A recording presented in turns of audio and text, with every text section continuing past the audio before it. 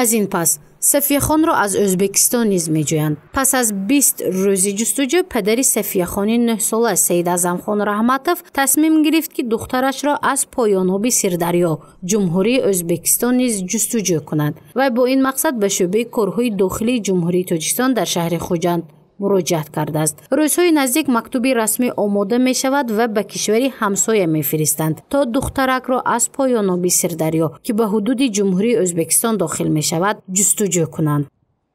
از فهمش من نو پلاتینا بعد از پلاتینا بگوت شهر شیرین گیس دارد. گیس شای شیرین همون جدی هم سیدک است.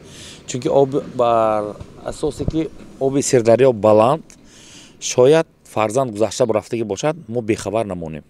همون به میخواستیم در چارچوبی قانون ثابت از دولت تاجیکستان به ازبکستان یک مکتوب کرده ما بیخبر نمونیم. دولتی همسایه شبیه دولتی برادر ازبکستان که شاید فرزند من از همونجا یافت شده بر خانه من برگردد. جسدی فرزندم. این تصمیم سید اعظم خان رحمتوف به آن خاطر گرفته شد که آب دریای سیر زیاد است و تخمین میکند شاید کودکش را جریان تیز آب دریا از حدود کشور به پایان آب فراورده باشد. تحلیل متخصصان نشان میدهد که امروز سنه 27 فوریه سرعت جریان آب دریای سیر در یک ثانیه تا 2 متر را تشکیل میدهد. بر ضمن این سطح آب دریا بلند می باشد. عین حال ما در دیدبانگاه آبچین‌کنی سیردریا قزل قشلاق قرار داریم. این دیدبانگاه همه روزه سطح آب دریای سیر را نظارت میکند و تحلیل مینماید. موافق نشانداد این دیدبانگاه در حال حاضر از آب انبار تاجیک 1040 متر کوبی آب به دریای سیر جاری است که نسبت به سالهای گذشته سطح آب دریا بلندتر می باشد.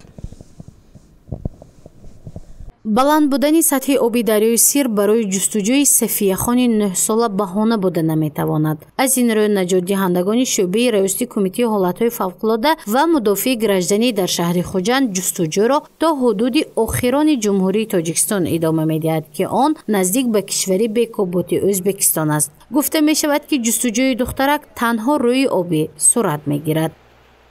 IMCS دو گروه برانده دو طرف گفته برانداسیم با همون شهروندا هیند با یک گروه دو گروه می همیخه و هایم براندگی آبشی 3-4 گروه براندگی 4 گروه لاتکیکی گفتگو داریم.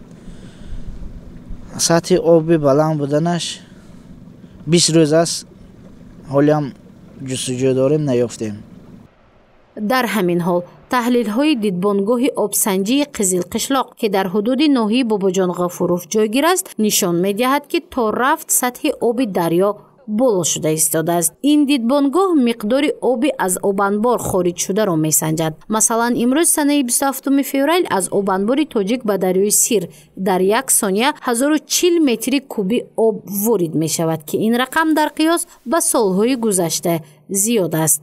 حاضر این زمان مقدار آب کوبی که در اینجا شما دیده سادید 1060 کوب آب را تشکیل میکنند در همین دیدبانگاه. در این دیدبانگاه در یک سوتکه 2 مرتبه سطح آب را چنگ میکنند و وقتی که از 5 سانتی متر تا 10 سانتی متر بلند میشد صرف آب رو چنگ کرده همین مقیاس با خودی حکومت جمهوری تاجیکستان برق تاجیک و دیگر زیر ساختارهایی که به همین معلومات در کار است پیشنهاد کرده می شود.